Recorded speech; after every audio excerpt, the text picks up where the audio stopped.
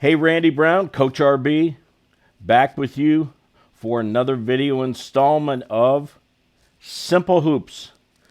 Got to keep this game simple, and clarity and accountability is a must. Before we start, please subscribe to this channel. This is a growing community of coaches from all over the world. And like this video. Really appreciate it if you would do that. Now, the top three. Your top three. If you've never heard of this concept, I will tell you this. After all my years in coaching, in mentoring coaches, and being around this game, the advice that I received from Coach Gary Garner, then the head coach at Drake University when I worked for Gary in the late 80s, was what three things do you want to master as a coach through your players? What three things? So another way to put it is, if I told you, Coach, that you could only work on three things, three parts of the game, you might say, well, getting loose balls is one of my top three. Shooting percentage is one of my top three. Winning the boards at a +5 is one of my top three. Transition offense, that's my top three, one of my top three. I like to press and put 84, 94 feet of pressure on my opponent. That would be part of your top three. The idea is, and this has been tested from Mr. Henry Iba, who coached at Oklahoma A&I, the Olympic coach, one of the most revered coaches in our game. It comes back to what he used to say about not sending a player to the offensive boards. And he thought it was more valuable to send that player back to defend the goal on the other end than it was for him to go to the offensive boards. Now, needless to say, without asking him, I already know that Mr. Henry Iba, defensive transition, or get back, as they call it, was one of his top three. And you don't dare miss an assignment in your getting back. So the great thing about coaching is we want to be really good at everything. I know you do. I know you do. That's just a competitive nature in us. But honestly, I'm here to tell you, you can't do that. You can't take the entire game and all of the topics and components and parts of the game, offense, defense, special situations, transition, shooting, cutting, defensive, all the defensive breakdown stuff, man, zone, pressing. Oh, it's unbelievable how many parts of the game there are. So the idea is this: if you've seen a entertainer, maybe a magician, spin plates on these tall, thin sticks, okay? And if he's going to do that with 8 plates, eventually one of those is going to start to slow down, and that plate will start to wobble on that stick, right? So he's got to run over there and tighten that one up. And about the time he does that, there's 2 more down at the other end that are about ready to fall. And he runs down and he gets those 2 going, and he looks, and there's 3 more down on the other end that are about ready to go. And eventually they're all going to break. Now, why is that? Because one person is trying to master 8 things. It can't be done. Now, I'm not saying that you're not going to study and learn and be an expert yourself on all those other categories. You need to know how to break a press, and you need to know how to press. You need to know how to teach your players how to foul when you need to foul. All those things. But those, let's say, are not in your top 3. Your top 3 is your DNA as a coach. They're sacred to coaches. Okay? My top 3, defend, and then I have to specify what defend means and what parts of the game I'm going to master and have high accountability. Defend, rebound, and that's on the defensive end, being very specific about our rebounding, and then foul less. So by fouling less, we're going to get to the line more. Our opponents are going to get to the line less. That's the mathematics on fouling less. You can't say we're never going to foul, but you can foul less. All right? So those are my top 3. I have collected over the years dozens and dozens and dozens of coaches' top 3, and it's really interesting to look around the country, both college and high school coaches, to see what other coaches have chosen as their top 3. Now, I know what you're gonna say. You're gonna say, RB, I'm gonna call BS on this because I have 5 areas that we're really good at, and I'm gonna challenge you on that.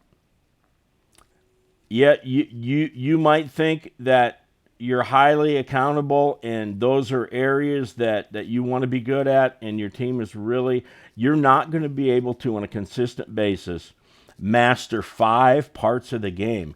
There's not enough time. There's not enough bandwidth by your players here and then physically to be able to do it. There just isn't. Plus, if you're a high school coach and you have a small staff, how are you going to monitor those 5 things in practice? I was a college coach for 20 years, and one of the best rebounding coaches in America, Larry Eustachy, was the head coach at Iowa State, and I had the chance to work for Larry. And in practice, one of my 2 responsibilities that I was accountable for was blocking out and rebounding with 2 hands, both in and out of your area. That was one. And the second one was timing our bigs in our get back. So we're on offense, we shoot. Our bigs had 2.5 seconds to get from, as soon as the other team gained possession of the ball, 2.5 seconds to get to the top of the key on the other end. Now that is hoofing it. Okay, you can go back and watch any of our tapes. Okay, you are not going to see people laying it in our goal. You're not. And you're not going to see easy shots off transition. We took a lot of pride in it. Now, you may say, well, okay, you're good at defensive transition and rebounding, but there's some other areas that we'll expose and will beat you. No, I mean, we're always going to try to be as efficient as possible in all the areas, but we know one thing for sure. There are 3 areas that you can take it to the bank. We're going to put our time, but I will tell you, if you're going to do this, you need to make them highly, highly accountable in practice. So my job in practice was, somebody didn't block out, number 1, attend to that player and that missed block out. And number 2, if you have to, take him out and run him on the side of the court. Used to do it all the time. Just run. Now they got a choice. Either block out physically and incorporate all the tools that we give them, and when we teach them the block out, they can either do that or they can leave the floor and go run. Now, most players are that'll teach them how to block out consistently. So, I have a handout I'd like to get to you. If you email me at rb@coachrb, rb@coachrb.com, I would be glad to send you the top 3, your top 3 piece that I have written that I've given to thousands of coaches. This is the number 1 most powerful, impactful thing I was taught. And I'm still learning this game. And I'm going on 37 years. And what Gary Garner shared with me that day in his office at Drake, little did I know was going to be the most crucial piece of the coaching puzzle. And it helps for simplicity, simple hoops, It helps for clarity and it helps for accountability. All right, your top three. What are your top three? They don't have to be perfect, and you don't have to have them down in stone today. But you need to write 3 things down, not 4 things. Not 7 things, not 11 things. 3 things. You know, I've known coaches that, well, we have to make free throws. We got to become a better free throw team. We've got to shoot 72% or above, or whatever the case may be. You may say, well, there's so many other parts of the game, I can't spend one of my 3 on free throw shooting. Well, that coach felt like that was part of his coaching DNA, that he felt his team. Listen, your top 3,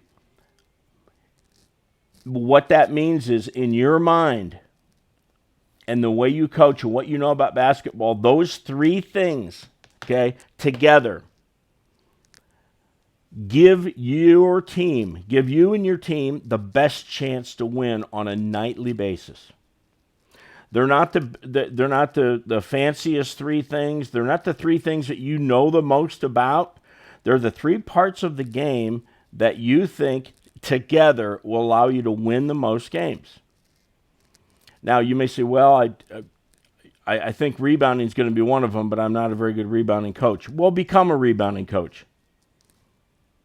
Study it. Get on the phone. Call college guys. Call NBA guys. Get a hold of high school guys that you really, really respect as far as their teams really, really rebound. Have that be your summer project. I'm going to learn to be a great rebounding coach. So, that's my challenge. You only got 3. You can only pick 3. Email me if you'd like to receive the document that I've written. I'd be glad to send it to you, called Your Top 3. I've taken way more time than we normally take on Simple Hoops, but this is a foundational anchor that comes number 1. And this makes up your DNA as a coach. I don't know, has anybody ever asked you what your DNA as a coach is? Probably not. If they do ask you, say, what I believe in most that gives us the best chance to be successful are these 3 things. That's your DNA as a coach. That's what you stand for. Okay? If you want to know what you stand for, ask the coaches that are on your schedule that you play against, because they'll know your DNA probably better than you. Okay. That's part 3 of our foundational anchors, your top 3. We'll get you next time.